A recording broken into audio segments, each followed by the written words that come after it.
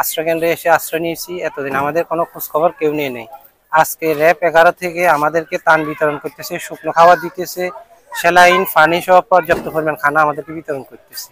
আলহামদুলিল্লাহ, আমরা কোয়ার্টারে যারা আছি আমরা সবাই এখন খুশি। এখন বৃষ্টির পানি উঠে এসে আমরা রান্না বান্না করে খাইতে পারছি না, বাচ্চা নিয়ে অনেক কষ্ট করতেছি। গুড়া গাড়া লইয়া গরম পানি ঢুকে গেছে, একটা চুলও নাই যে আমরা ভাত রাঁধতে খাবো।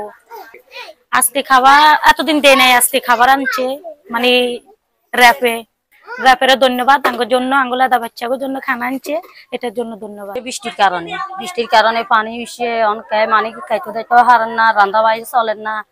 ধরেন মেলা কষ্ট করে, ছেলে মেয়ে বহুত কষ্ট, গুমা গালে বহুত কষ্ট করি। আমরা বাজার সাজারও করতে হারেন না।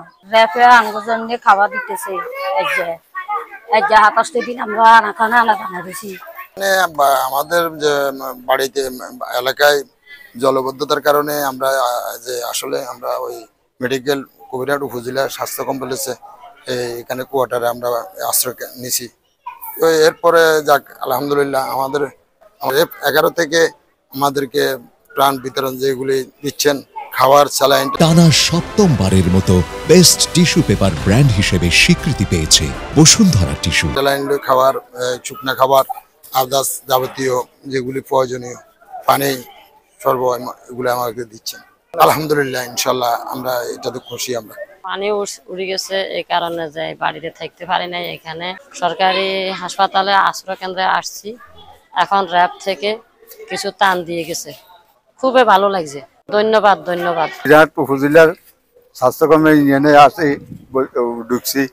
এখন র্যাবে ইনশাল্লাহ আঙ্গরে খাদ্য ফান্ড বিতরণ দিতেছে, আমরা এইটাতে ইনশাল্লাহ খুশি আছি।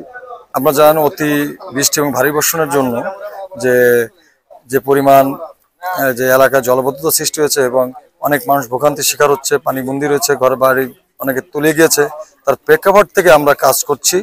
জানার পর থেকেই আমরা বিভিন্ন জায়গায় গিয়েছি, তথ্য সংগ্রহ করেছি এবং প্রেক্ষাপটে আমাদের মাননীয় অধিনায়ক স্যার, র্যাব 11 স্যারের নির্দেশনা এবং তার তত্ত্বাবধানে আমরা এই সকল মানুষ পানিবন্দী এবং যারা খাবার পাচ্ছে না তাদের জন্য আমরা স্যারের পক্ষ থেকে, র্যাবের পক্ষ থেকে উপহার সামগ্রী নিয়ে আসছি। তাদের যেন এই দুঃসময়ে যাতে র্যাব তাদের পাশে থেকে অন্তত তাদের সহানুভূতি, তাদের সাথে একটু সুখ দুঃখ ভাগ করে নিতে পারে, তার জন্য আমরা এসেছি এবং তাদেরকে আমাদের পক্ষ থেকে তাদের জন্য এই উপহার সামগ্রী পৌঁছে দিচ্ছি।